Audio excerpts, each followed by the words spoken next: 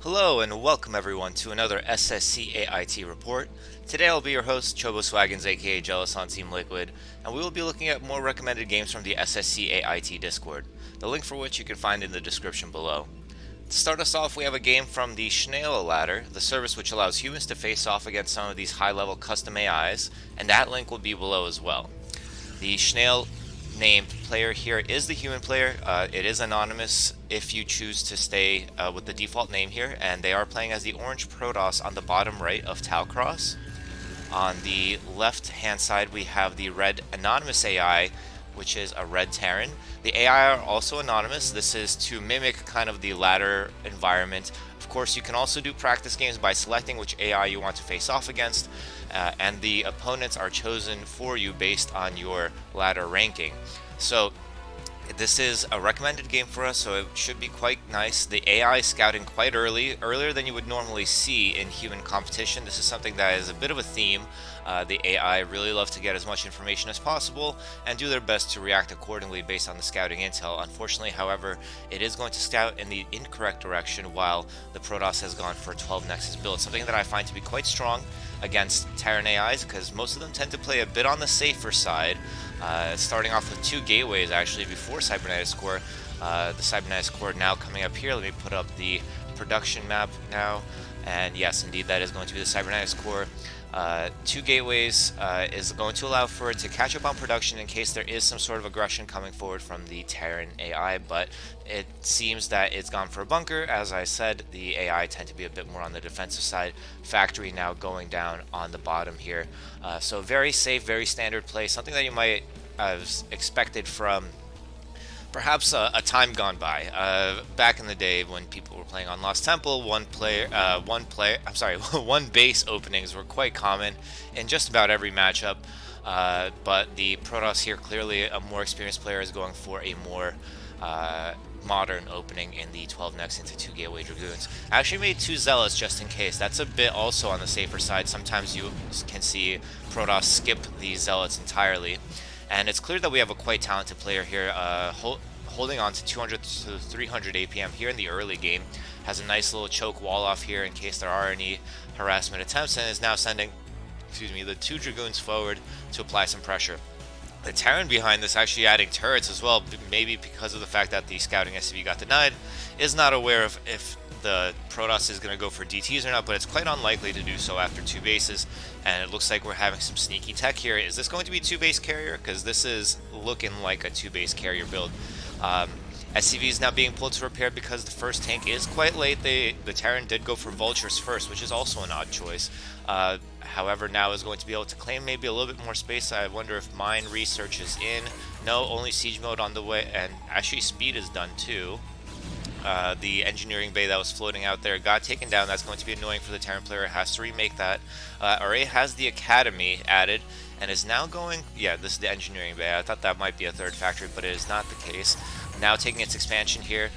So one thing to know is that even though the AI tends to expand slower than its human counterpart, what often happens is, and actually I was wrong, it's not a sneak carrier, it's actually going to be a sneak third base, throwing down what looks like a cannon here yet to hopefully defend against these vultures. Vultures laying some mines to help defend it. Anyway, as I was saying, the AI, even though they expand slower, they really start to shine in the late game. So perhaps the logic is that, the closer I get, or the more consistently that I get to the late game, the better off I will be. And that applies for AI versus AI logic as well. So we see here a very safe late expansion opening from the Terran player. The Protoss now taking a 4th base actually. So this is interesting actually because I went for a similar approach against AI in the past, and I too fell to a late game Terran play because of the fact that I tried to get like 6 bases up. I tried to out macro it, and the honest truth is that even with such a delayed start, the Terran AI more often than not will be out macroing you. Even with suboptimal factory placements, I mean, the circuitous route that they have to take here is quite annoying. The units are going to be moving to the front quite slowly. But it should be noted that this is going to be a straight up mech play. There are 2 armories spinning already. This is somewhat reminiscent of, if we can call it that, of a flash double armory play off of 2 bases. Of course, that was introduced during an OSL finals, I believe, against Stork, who favored Reaver openings. You would add Goliath early on as well to hold off shuttle pressure and get double armory upgrades and make a monstrous push. Terran upgrades, of course, for the army being much more, how should I say, effective, especially the attack upgrade than Protoss upgrades in this matchup. But this base was scouted, and there's no defenses here besides 2 cannons, and it's still being allowed to just continue as, without any pressure being applied there. 65 workers to 47 already, but it should be noted that AI have the ability to mine much more efficiently, so they need fewer workers in order to fully saturate a base. And as the Terran is moving into the 3rd base here, should be close to that powerful eco advantage that AI can have based on the limited working count that they need in order to fully saturate. The Protoss seems to have stopped at 67, 68 workers, still making a couple more, it seems actually. 68 workers is getting close to the number that you want. Maybe another 5 or 10 or so would be ideal. Looks like it was thinking about taking this expansion, maybe it was just blocking it off. Well, sorry, I say it, but this is the human player actually, and we see now the insane AI, micro and APM playing out here because of the fact that they can control every unit individually at all times. They're not limited to peripherals like we are with a mouse and keyboard. They can move they can send commands to units across the screen. They don't require anything, and now the push is on.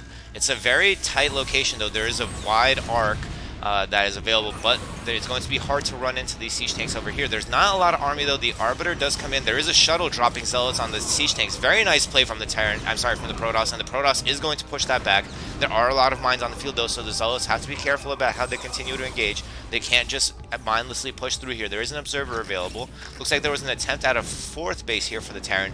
Scans and microing against the zealots. Very nicely done here from the Terran AI.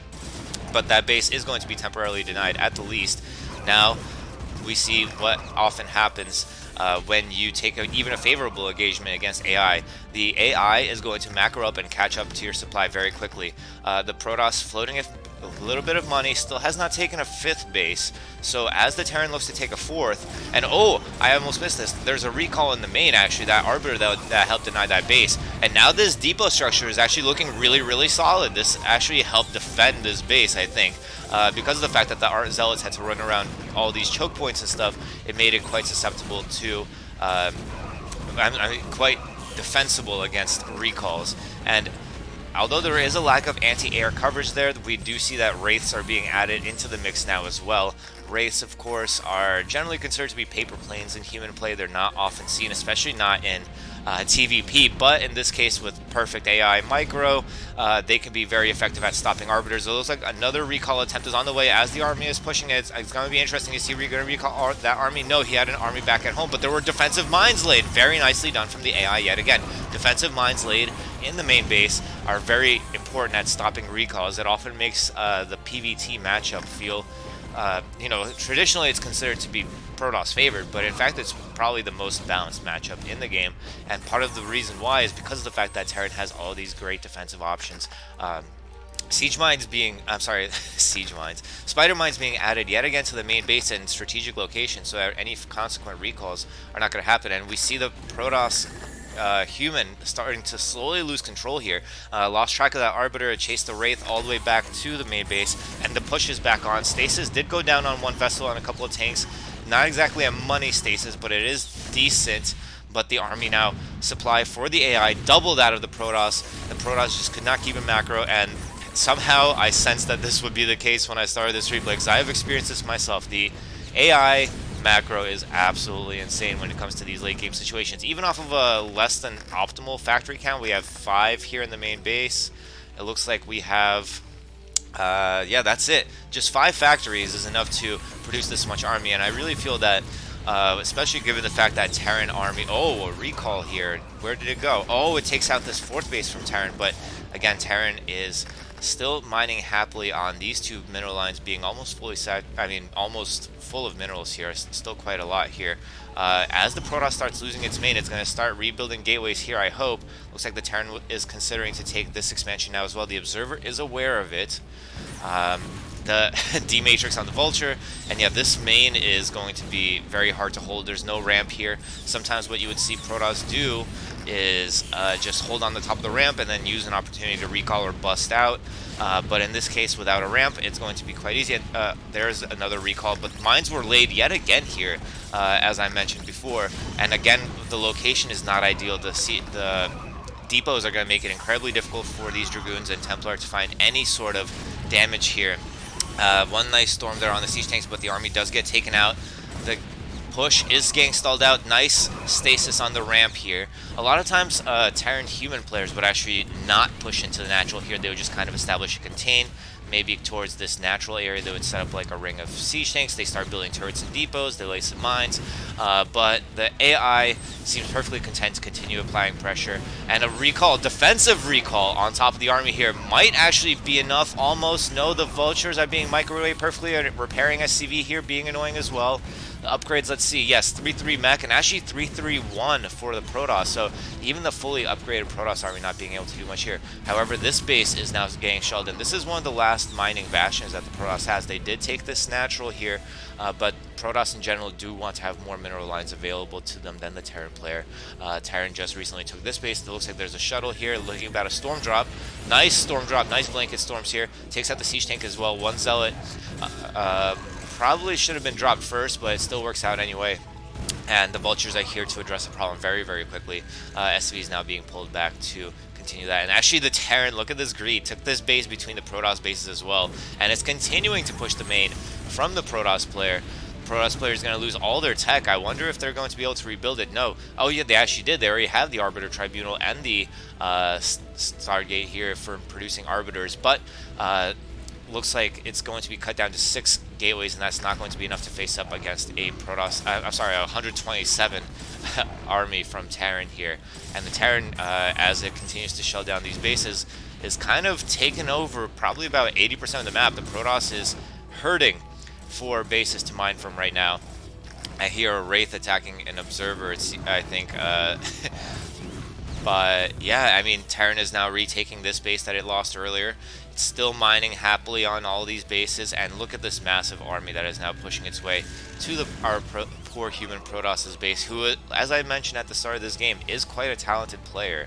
The gateways have not been added, but perhaps not necessary at this point. On 2 bases, you can't really afford that many gateways. Maybe a couple more would have been good, but unfortunately, looks like the economy is drying up here for the Protoss player. Adding more pylons as well. Looks like it got supply blocked at some point when this base got taken out. And there's actually a gateway and a pylon that got left behind here. And oh no, the Protoss was trying to move out from a flanking maneuver, but there was mines already laid all over the map. The push is now on into the natural base, and yeah, I mean, even with this stacking bug here that's happening for the Terran player, unfortunately, I think that this is game over. And wow, massive stasis because of the stack, but the Protoss knows that even with that massive stasis, this is probably one of the most money stases that I've ever seen in my life. But it's still not going to be enough. Almost a pure Dragoon army is not going to be able to bust through to these siege tanks and take them out. And yeah, fantastic game from this anonymous AI. I have to sneeze, I'm sorry. And as soon as I think about like muting my microphone to sneeze, obviously the sneeze goes away. So, oh well. Moving on to the next game. Here we have Brian Weber as the Brown Zerg at the top left. This is a replay they posted when they hit 2300 on the Basal ladder. Basal, for those of you that don't know, is an AI ladder where AI compete against each other consistently and are ranked based on their current win, loss, MMR, ELO, so on and so forth. And Brian Weber comes in, I remember them, they said that they had just hit 2300.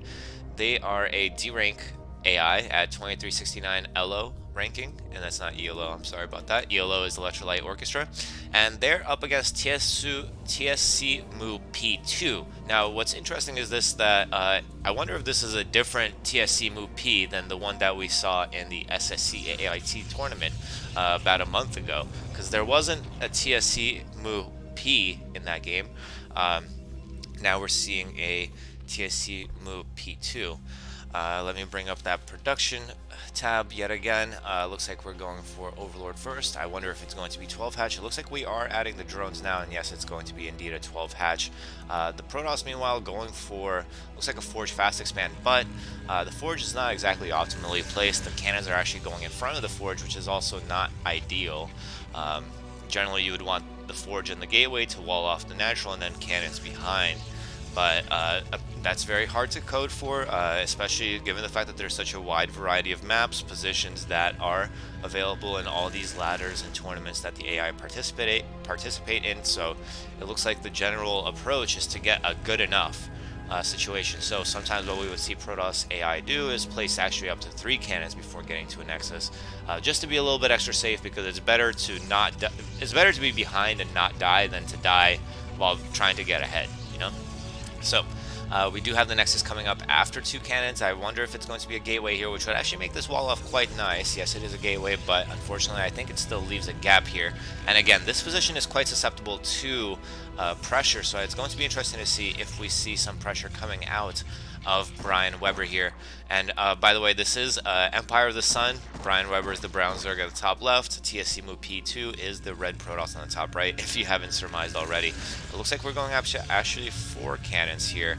4 cannons will be enough to stave off early pressure. Looks like Brian Weber does go up to 3 hatcheries now. I wonder if we're going to be seeing, oh, actually 4 hatcheries. This is a very macro-oriented play.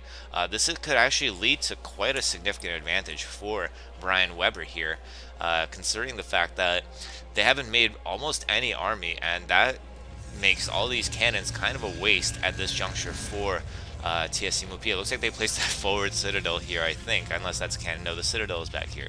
Yeah, 5 cannons here, but again, they're not exactly in a very good defensive position. Normally you want kind of an arc here, so you get a good concave on anyone that is attacking. More cannons being added. No, that's not a cannon. That is a Templar Archives. Interesting placement there, but there are indeed more cannons. But consider the fact that every cannon that is added is a gateway that could have been coming up. And speaking of gateways, we only have 1. So by the time the Templar Archives come up, there will be only 1 Templar coming out at most. Not quite the production that you would expect. Human players often at this point would be up to 4 gateways to coincide with the timing of the Templar Archives. Not the case here, but the first round of Zealots has been made, and I'm sorry, Zerglings, and the cannons are going to be effective in that. It looks like Brian Weber not quite comfortable in approaching this, and it's actually going to be a Dark Templar opening. I do like this. There are Overlords in position, in good positions here. One of them is going to go down over the natural, though. Overlords outside the natural are great for handling Dark Templar, but with none in the middle of the map and no Overlord speed yet, it looks like the lair has finished. And it's actually going to be Spire first. For the Protoss, I'm sorry, for the Zerg player. Oh my goodness, what's wrong with me today? And so many macro hatcheries, actually. Look at the worker count. Zerg ahead in workers, that's something you don't generally see in this matchup. And also up to 4 bases against the 2. And actually, given this production rate, even with the Dark Templar and the number of cannons here, the Zerglings are starting to get some damage in here. Cannons are starting to go down. Overlord's still suiciding a little bit too frequently for my liking. Got supply cap there at 68 at 64 supply. Perhaps needs better damage or danger detection, both for the Zerglings and for the Overlord. But they are quite adept at seeing this invisible Dark Templar, though. You can see the beauty of AI here. They're all running away from it simultaneously, 1 unit being selected at a time. So this Dark Templar is not going to get much gain here. And the Zerg is going to start pushing back. Mutalisk's out. Mutalisk could be used here to harass the mineral line. Unfortunately, they do run into the cannons a bit too directly here. But the fundamentals in terms of macro are already there. We see a scouting probe finding the 5th base from Brian Weber, and the pressure has slowed down a little bit, but the production is just getting better and better for the Zerg player. Then again, TSC Mupi has gone up in worker count, but hold the phone, we have Zerglings and Mutalisks actually being able to break in here. With such a high number of targets, the limited amount of cannons that the Protoss can fit in this side of the screen is not going to be enough to take down this whole army at once. Most of the Zerglings do die. Reaver is out. I like this move against the Zergling heavy army. DTs are out as well with no Overlords anywhere close. That's good as well. Dragoons are out as the form of anti-air. Protoss generally don't make Corsair in this matchup in the AI world. Part of the reason why is because Mutalisks have gotten so good at splitting away from them. It makes each Sarah attack like one Mutalisk at a time, as opposed to getting the full benefits of their area of effect. However, the Mutalisk count now is a little bit too much for a Protoss to handle off of 2 Gateway Dragoon production. And it looks like it was actually thinking about going into carriers. That's an interesting choice. Big Reaver shot there. But again, the anti-air is, I think that if these Mutalisks dive in just like that, they'll be able to take down these cannons and this crucial mining base for Protoss. The Protoss did go up to 4 bases, but there's only a couple of cannons at each one. There's no further defenses here. If Brian Weber sends a bunch of Zerglings in those directions, it could be useful. Do we have these Zergling upgrades that we need here? We have 2-2 already on the way. It doesn't seem that we have... Maybe this is bugged, but I would have expected to see crack upgrades, which is the adrenal upgrade. Actually, no, we're not even at hive yet, so it looks like we're sticking to layer play. But given the amount of progress that it's made, all this tech is going to go down. The main base is going to go down, and I think that Brian Weber has this game. So congratulations to Brian Weber, aka Coonybot, which is C-U-N-Y. For your progress on the AI ladder. It's always heartening to see people, put in the work and start making gains in their ladder experience, whether it be humans or AIs. And yeah, this number of Mutalisks is just an impressive number. Mutalisks en masse, for anyone who's played fastest, knows that Mutalisks can absolutely eat bases. And with just one carrier and a couple of cannons, it doesn't seem like TSC MUP 2, should be noted, is going to be able to hold off this position, despite trying to rebuild their tech here. Yeah, so it looks like a good win here for Brian Weber. Congratulations, and keep up the good work. Up to 6 bases by the end of the game, by the way, so definitely scary Zerg macro. We were hypothesizing during the during the SSCAIT tournament whether maybe the ZVP matchup is soon going to flip decidedly in the Zerg's favor, given the fact that Mutalisks have become so strong, and we are seeing a little bit of evidence of that here. Now, moving on to the next game, we have an insane game, as described by the person who submitted it, and also said that this is the reason why the Starship Troopers movie was made. I think that's what they said. At the 12 o'clock position on Icarus, we have Hans Bredberg spawning as the White Terran, and at the 6 o'clock position, we have the Purple Zerg, Zer. And they're sending out a really early drone scout yet again, before even the second Overlord is done. This is incredibly early, I guess, trying to see if there's any cheeses coming out, or perhaps planning a cheese of its own. Normally you would place the pool and send the drone out at the same time if you were going for a fast pool build, but instead Hans Bredberg is playing rather passively here, placing the barracks at the back. At first I was really confused about why so many AI place their production facilities at the back of the base, whereas for humans it's standard to place them at the front, so that the units come out quicker and get to the defensible chokes quicker.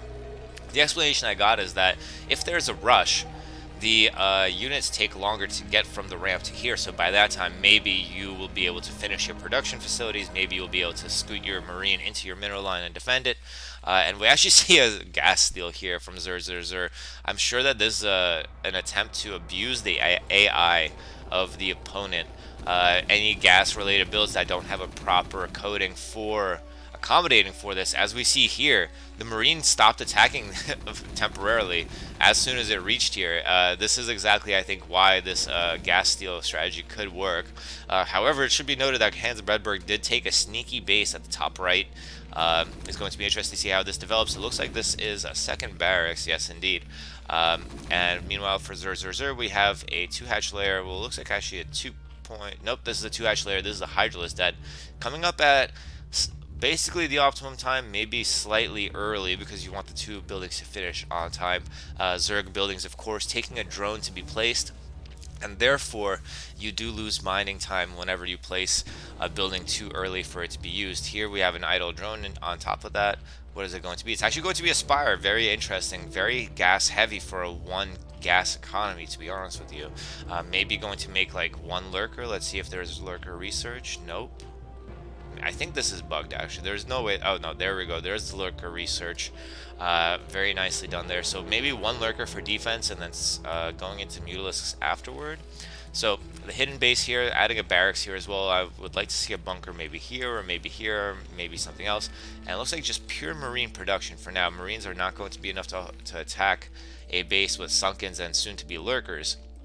In fact, there's 4 lurkers here. Perhaps the science facility is, I'm sorry, the spire is made preemptively in case there is any sort of wraith harassment or something like that. That's my best guess. And it looks like Hans Bredberg is going to scout with its whole army and not going to find the enemy there. If it runs into these sunkens, I don't think that the number of marines that it has available is going to be enough to bust through. Although, yeah, no, now with the lurker out, and even with scan, the lack of medics is a problem here. We actually don't see any academy tech at all. We just see a factory, and yeah, the marines are running in. They did take out one lurker. Can they take out another one? No, but they come in straight up in a conga line, and that is exactly what lurkers like to see. But this one runs a little bit too far forward, gets ambitious, so 2 lurkers down already. For such a low economy for the Zerg, 13 workers only, is actually quite a big loss to lose that many lurkers. Now we see medics. I was wrong about the lack of academy tech, of course, because there are comsat stations. My apologies for that. Just the caster, you know. So, yeah, still don't see. Yeah, 1 gas there. 3rd base is now up, and the production from Hans Bredberg should be greater with its 40 workers and multiple production facilities against a 2-base Zerg that has only 1 gas.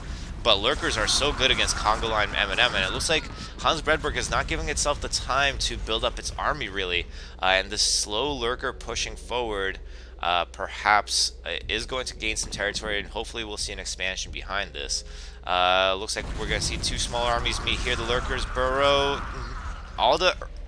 The problem here is that every single lurker got targeted individually, so no lasting damage really against any one lurker. Maybe this injured lurker that has gone wayward will get taken out with a scan, but scans are also a limited resource. You don't have a lot of them.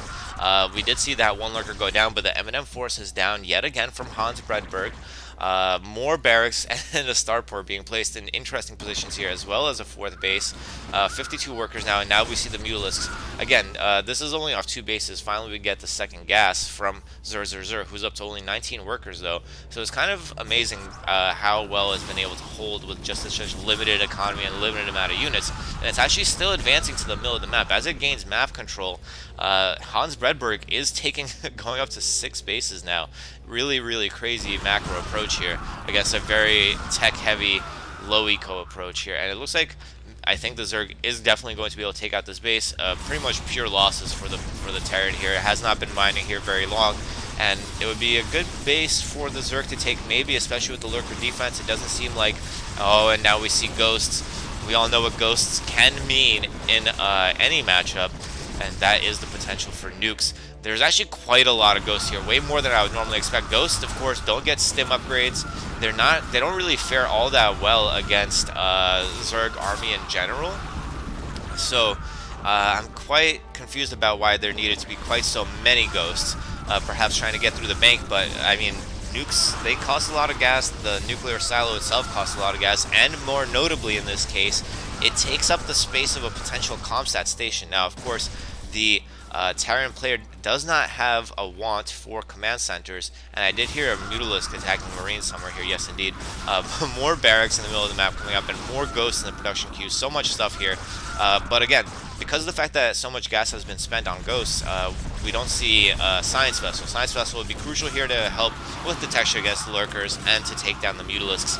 But now cloaked ghosts is the play here. There are overlords patrolling around the map, so they're not going to be cloaked for very effectively, but they are able to push back at least some of the army here. The lurkers here are still doing a lot of work, though, and it should be noted that Hans Bredberg is floating quite a lot of money, so even though it has 70 workers, it's not seems to be not capable of producing out of all of the facilities at once, or maybe does not have enough of them. Still hemorrhaging so many Marine medics here in this location. Behind this, Zur finally taking a 3rd base, but Hans is back up to 6 bases themselves, and we have our first nuke here. I wonder where it's going to be. Where is it going to go? Where's it going to go? I'm going to pause to cheat and look. Where's the nuke gonna go? Is there no red dot in this? I think there should be, right? All right, well, I can't find it. It's not here. It's not. Is it a defensive nuke? This is the only option I can think of. Maybe it got denied already. The ghost could have been taken down already. Blind commentator. Yeah, I think the nuke must have not dropped. And I mean, the Zerg presence here is getting scarier and scarier. There's quite a number of Mutalisks here that are able to one-shot most units that Terran can put out, but now we're seeing a bigger mass of M&M coming out. And with a scan, but prioritizing the Hydralisks instead of the Lurkers, of course, as I mentioned earlier, the scan is a limited resource that the Terran has. It doesn't have all the comsat stations, especially now that it added the nuclear silos. So these Lurkers are doing so much work. These, like, 3 Lurkers have been here for quite a long time. Oh my god, defensive nukes. Yes, that's what I thought it was. We see a defensive nuke here. We see another one coming in here. Is it going to drop? I think the Lurkers moved just out of range. No! Denied at probably the last moment there. Mutalisks now having free reign here. Cloaked. Oh my god. Defensive nuke against Mutalisks. Oh! That was a big shot, actually. That took down most of the army here. We're going to see another defensive nuke here. Nope. It looks like no more nukes available at the time. These Lurkers still doing a tremendous amount of work. And now the Terran should be feeling the pressure. It is expanding all over the map. Those Zer still only on 3 bases, 37 workers. But I have to say this might not be the most efficient use of your economy here. Ghosts continue to go down before the nukes can be placed. It would be great if it could shoot from the high ground and stay outside the range of these Lurkers. The Lurkers are the ones that are generally taking down these Ghosts, and great presence of mind from Zer. Well, I say presence of mind, but great coding to bring even a slow Overlord for detection in this situation. And more Mutalisks have been pumped out. Now 44 workers for Zer. That's definitely a much more respectable number. Production is quite limited. Looks like floating a lot of money. And the Ultralisk Cavern, yes. So the gas count is quite low now, but Ultralisks could be a great way to deal with this M&M force. I think that self-nuke there with the ghost there. Sorry, I had to drink. Yeah, this game is absolutely insanity. This was a good description for this. It looks like Hans just now becoming aware of the bottom left. Perhaps was thinking of expanding them there himself. And things have quieted down a little bit. I mean, these 3 Lurkers are still doing so. There must be hundreds of kills on these 4 Lurkers, 4 Lurkers here. As the army continues to come out piecemeal for the Terran player, limited amount of scans, as I mentioned before. Now Zerglings being added into the mix. Zerglings with the upgrades and Ultralisks. And I think this is where the Starship Troopers moments are going to start coming in. We do still have Cloaked Ghosts. We still don't have Overlord Speed. So nukes could become more valuable now that they're taking high value units like Ultralisk. But it looks like the Zerg has pulled all his army together and is maybe looking to go for a devastating push into the main. No, still being herded back and forth between the different locations. Now going for this location where there's more barracks being placed in random places. Lurkers are going to deny that.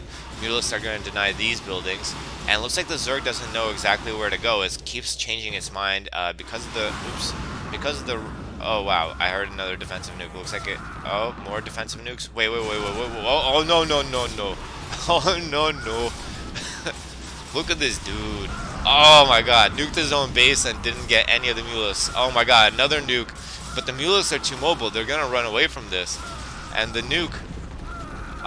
it doesn't even cancel the nuke when the enemy is not there. But now the M&M is in sufficient numbers here. Do we have any upgrades for the air army here?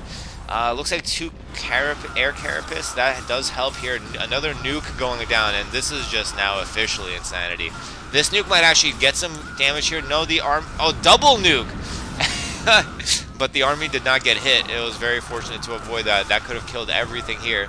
And the Zerg army is now at 130 supply against the 20 of Hans Bredeberg, who is so intent on making these nukes, making another nuke shooting here. Is anything going to get hit by? It looks like maybe 1 or 2 Mutalisks. No, not even. Just its own M&M and Ghost army. Oh my God. This is indeed insanity. What can you say? As a human, though, I think I mean, obviously, there's a lot of holes in this AI, but if I got to that point, if I was a lower ranked human player, this would be so nerve-wracking to just hear that. Oh! First decent nuke on the army, only took out Zerglings, probably not cost effective, but is confusing the Zerg player who still doesn't have Overlord speed, so therefore the Lurkers are not able to take out these ghosts, but now finally they do so when they lose energy, and the Zerg army is still being pulled to all sides. I'm just waiting for a nuke to be dropped on this army at some point. I'm waiting to see that big connection I'm hoping for. Hans Bredberg has invested so much into this nuke play, and Zer should be noted still on 3 bases, and a lot of bases around it are getting mined out. There is a Zergling somewhere around here, I heard.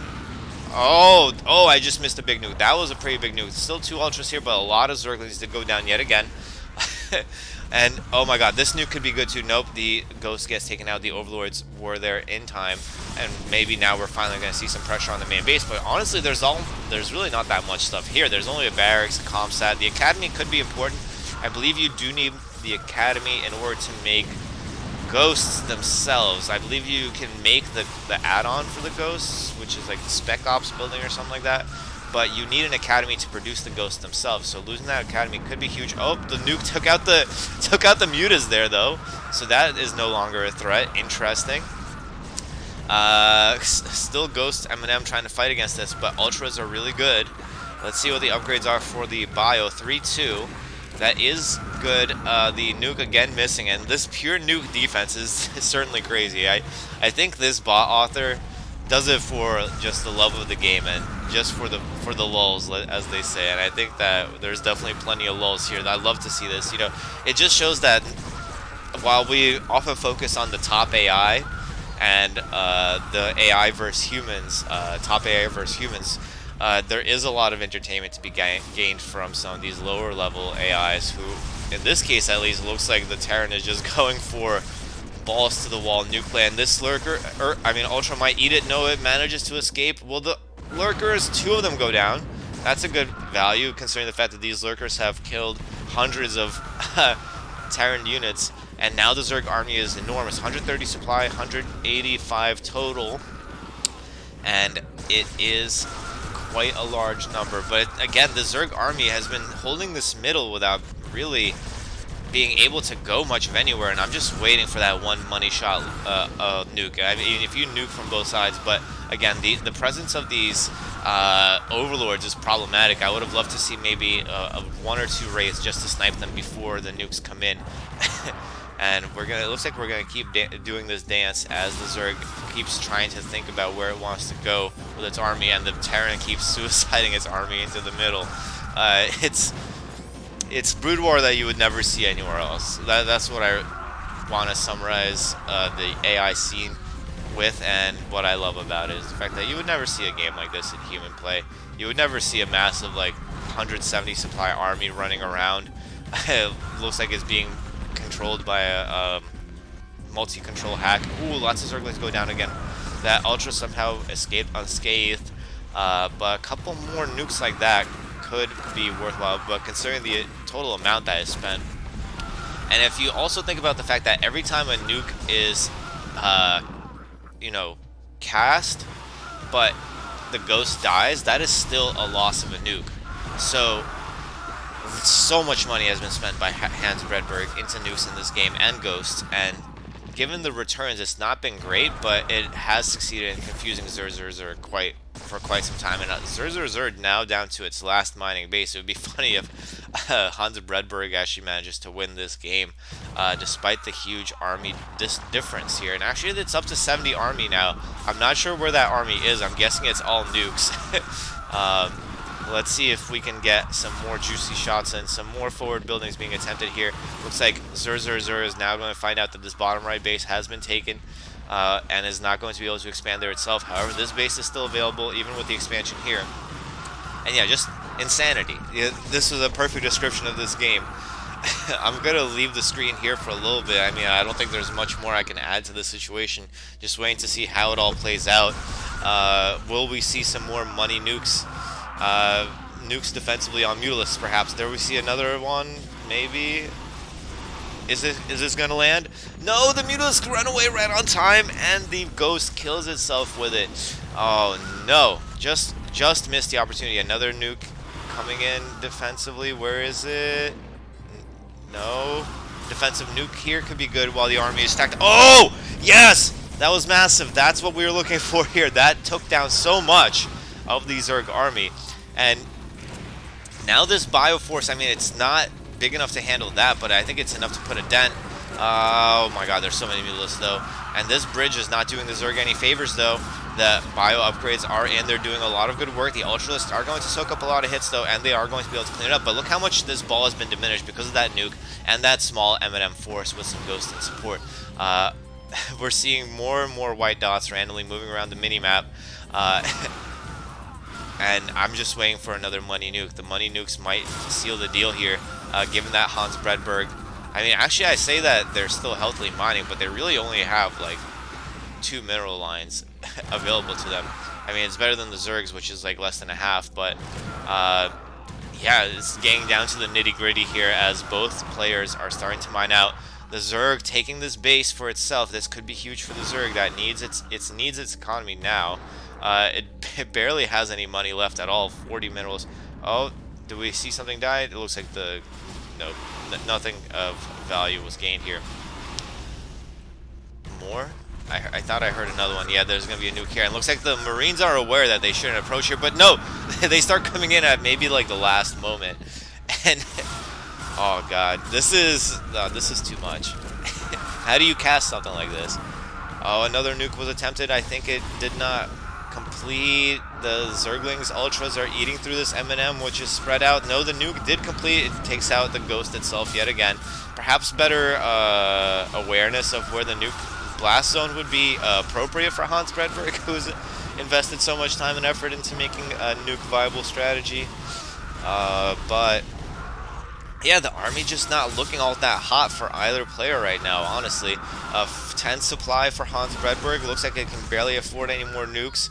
Zur certainly not able to afford much, and has gotten this expansion up, but is not transferring its drones. Crucially, is not mining anymore. So I think, given the state of attrition, oh my god, but yeah, there's only one last mining base now for Hans Bredberg, who's also not attempting to take more bases. So I think this is what we're going to be fighting with here. And 9 supply against 66, the Zerg should, in theory, win, but it hasn't been able to fully eliminate the Terran player so far.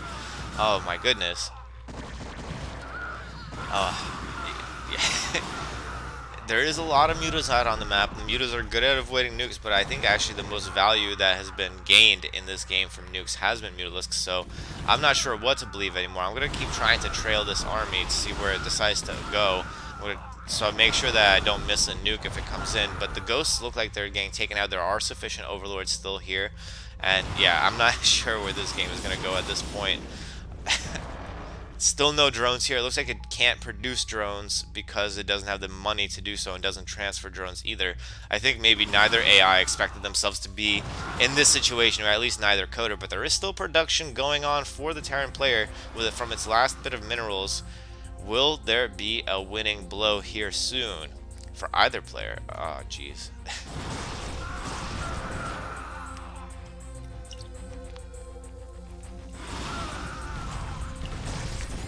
Zerg looks like it's finally ready to commit to the last mining base of Hans Bredberg. Hans Bredberg definitely needed this economy, and I think that might have sealed the deal. I think Zur will finally close this game out in the next couple of minutes here. I am going to speed it up a little bit since neither AI is mining, and all we're going to see is the interaction between the existing forces or not. No more production for either one of them. And yeah, I think this is GG. Very interesting approach from Hans Bredberg. Now with the Academy loss, will not be able to produce more Ghosts, and I think that is going to spell doom for our Terran player. So I'm just going to move on to the next game. That was really intense and hilarious to me. So this next game is was advertised as, and this is, by the way, this is an interesting ending. That's what it was advertised as, suggested by Antigua Irion from the SSCAIT Discord. And if you notice, it is between two of the AI who are the finalists of the SSCAIT, and they were featured in our show match a couple of weeks ago. Stardust spawning as the red Protoss on the top left, and Monster spawning as the purple Zerg on the top right. Now, it should be noted that these, I believe, could be post what's called post SSCAIT patches. So I do think that this is before Monster got that upgrade with its ability to now go cracklings off 2 base in order to punish Stardust's Dragoon heavy composition, but it is after the submission date for SSCAIT, so we might see some slight differences. In the original game that we saw between these two players, Monster was forced into a situation where this downhill ramp really hurts Monster's approach to the game.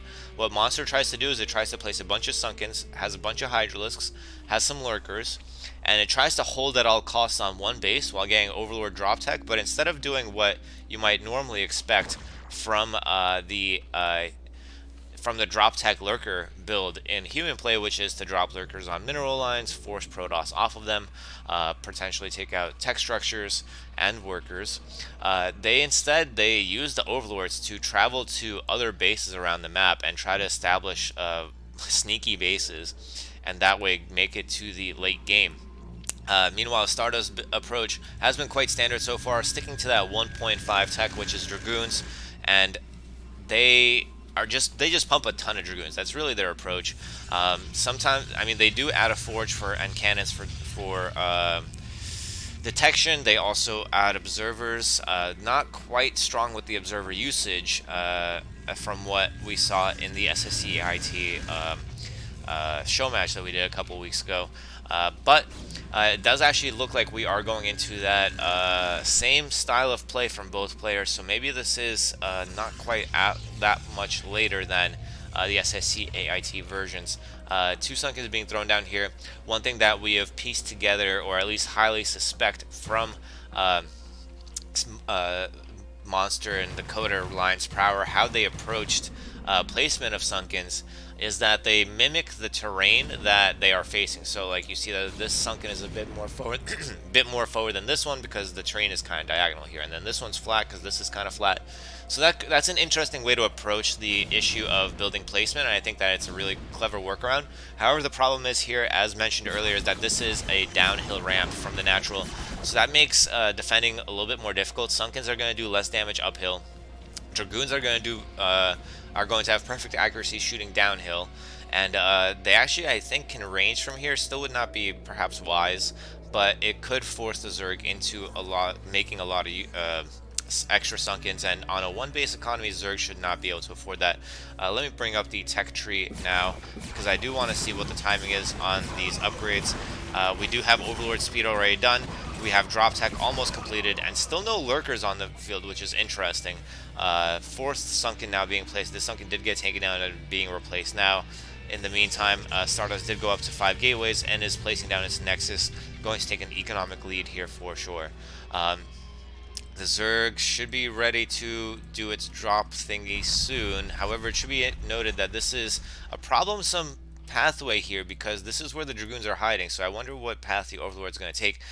In the show match, they did a great job of avoiding pressure.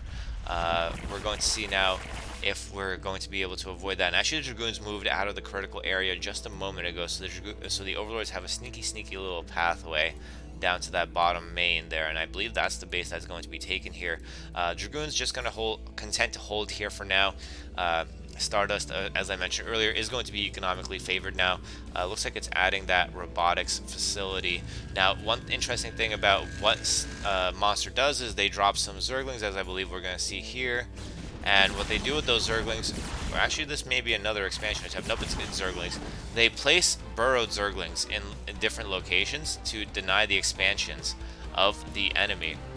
And this is similar to that gas trick that I mentioned earlier from the Zer replay. It's abusing the fact that AI are not humans. You know, a human looks at this and our millions of years of evolution, as mentioned, are in our pocket and let us figure out a problem quite nice. And look at this sneaky little Zergling. That was so cute, the way that it ran around, ran away from the Dragoons that were intelligently placed here to help take this base at a more timely rate. But unfortunately, the cannon does go up, so the third base should be coming in soon.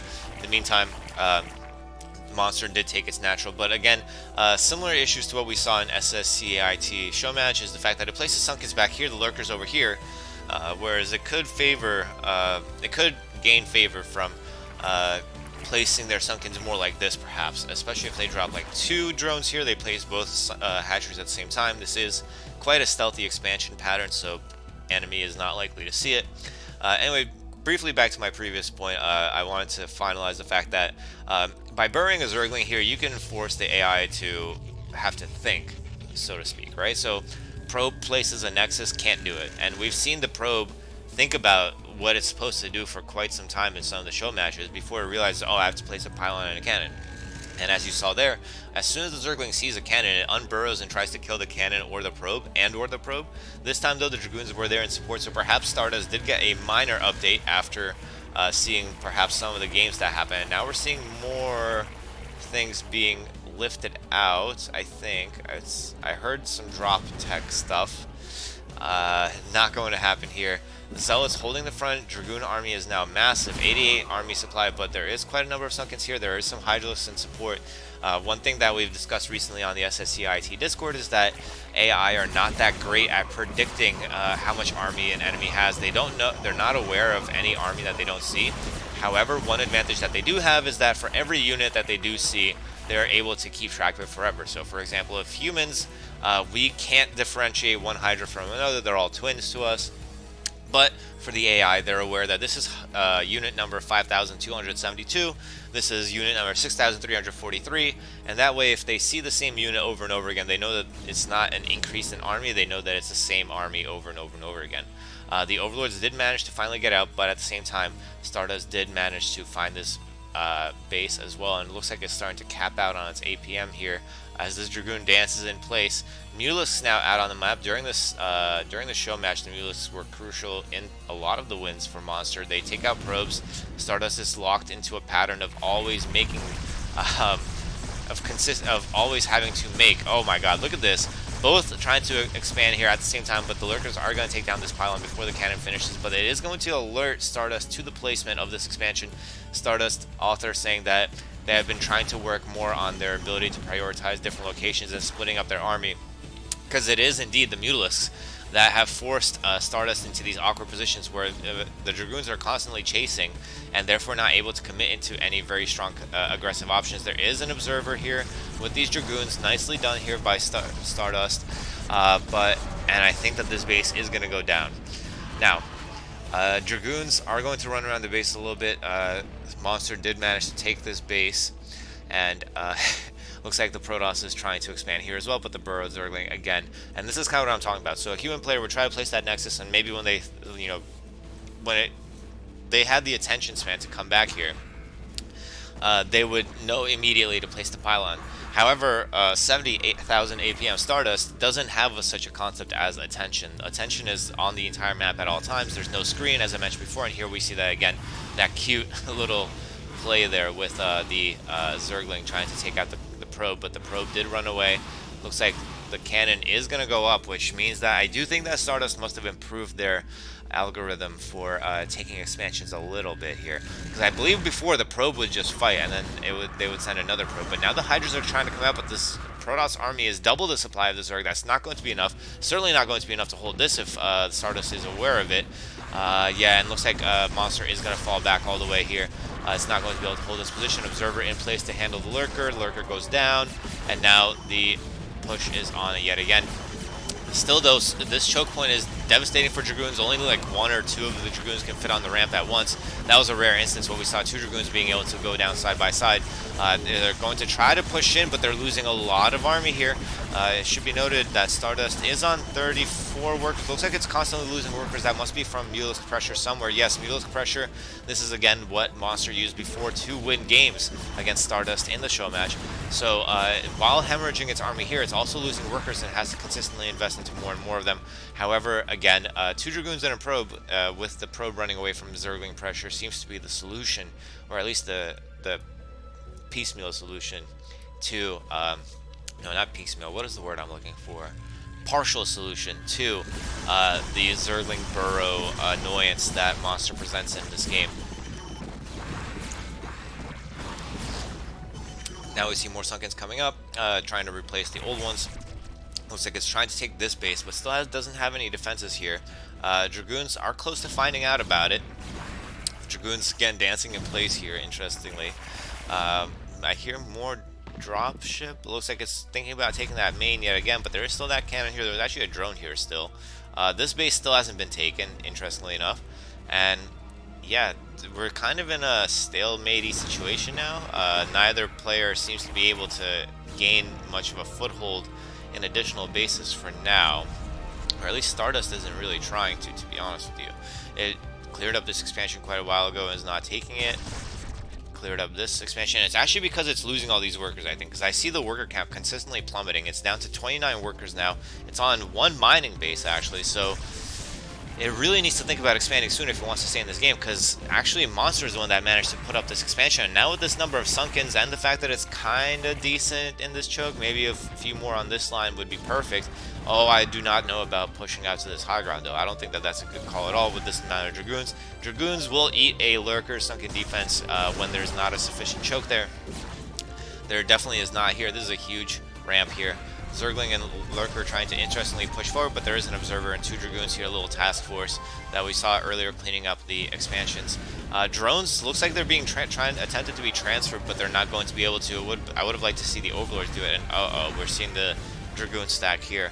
Protoss losing their last workers, 10 workers now, and this is the win condition for Monster here. This is how they've won these games in the past, as I mentioned earlier. And they are being able to continue mining out of these 2 bases. The Dragoons have not reprioritized to go down there. They're continuing to try to aggress down this ramp, but there is sufficient army here to hold, I think, like a set, at least 100 supply of Dragoons. As we see here, more and more of them going down, but drones going down as well. Finally, the army is going to reprioritize. Only 1 Lurker and 4 Sunkens here. As I mentioned before, more Sunkens here would have been good. The army from Stardust looks like it will be able to push in, and now the production is completely halted for Stardust. Stardust does no longer have any income, and Monster has actually lost its most crucial base here and is going to lose all of its income here as well. So, we are again in a position where neither AI is going to have income very soon, and actually this last base could even go down. Oh my god, the last mineral is being spent on a creep colony. It's not even sure if it's going to be able to morph into a Sunken. The last few minerals here are trying to engage. The last Zergling is being pulled in here. The Hydras are here too. But they're not getting a good engagement. This number of Hydralisks should be able to fight against that number of Dragoons, but no, the army... Oh, and I actually missed this base. The Protoss now has to take this base out in order to win the game. There is a Lurker and 3 Sunkens there. I would have loved to see the army stay there, though. The Lurkers out and on their lonesome are not going to be able to handle the Dragoons quite well. There's still a scary amount of Protoss out there. 39 supply against 45, though. I feel like if Zerg pulls all of its army here and holds, it wins the game. Just by merit of the fact that Stardust is at 3 workers that are mining gas, and they're not mining minerals, and it doesn't have the money to make more. Pulls in now. This is why the Zerg army needed to be here, and look, the last mining base for Monster is down. It only has enough money for 1 more drone. It's not going to be able to save these drones with Burrow, as there is an Observer there, and that is the last of the army there. I mean, I'm sorry, the last of the economy for both players there. It looks like 1 more drone was made. Oh my god, there's 2 drones, 1 hatch. Unintentional reference there, but excuse me. So, final engagement, interesting here. This is the last bit of army for both. 29 versus 42. Mutas need to be in concert here. No! This is part of the problem with Monster. It keeps running back from its most crucial locations. Even it... Oh, it's so painful to see. It needed that base. It needed it. And now, what is the army supply for Monster? Still 35. There's only some cannons here. 6 here, 1 here, 1 here. If it uses its army intelligently, and 1 here, it could take down these cannons piecemeal, while Stardust is unable to engage against this number of Sunkens. With 25 supply of army, that's 12 Dragoons and 1 Observer, I'm guessing. It's not going to be able to push down this ramp, no way. So it's Monster's game to lose now, and the Muliks are looking to do some harassment. Are they going to engage actually? No, it looks like they're just dancing around, scoping out their options. Let's see. Nope. Doesn't like this one. Definitely not gonna like this one. Yeah. They're not that hurt that badly. So yeah, I think so at this point I think we are aware of what the outcome is going to be, so I'm going to speed up a little bit. For those of you who are not aware, it is going to be a stalemate, and it was listed as an interesting outcome from these two AI. It's something that we talked about in the show match. I do recommend that you check out the VODs from previous games if you have not done so. We do have the show match up there in our list. And you will see that there were some situations where we got close to a stalemate, but we never actually saw one. So now we see one of the viable situations in which a stalemate can happen between these two AI. It's when Protoss doesn't have enough army to push out, the Zerg doesn't have enough army, I'm sorry, to push down, Zerg doesn't have enough army to take out the cannons, and yeah, this is basically where we are now. I don't think this is going to change over the course of the next 20 minutes in any way. So I'm going to say thank you guys for tuning in. This has been an SSCAIT report. This is Jealous, aka Chobo Swaggins. I'm sorry. And yeah, I hope you guys are happy, healthy, doing well, and I hope to see you next week. We'll have Nightcat bring you the next report most likely, and it's going to be most likely more recommended games from the SSCIT Discord. Stop by if you have any questions, if you want to recommend some replays yourself, if you are interested in Brood War or AI, do recommend you come check us out. Once again, the link is in the description below. Thank you, and have a wonderful day.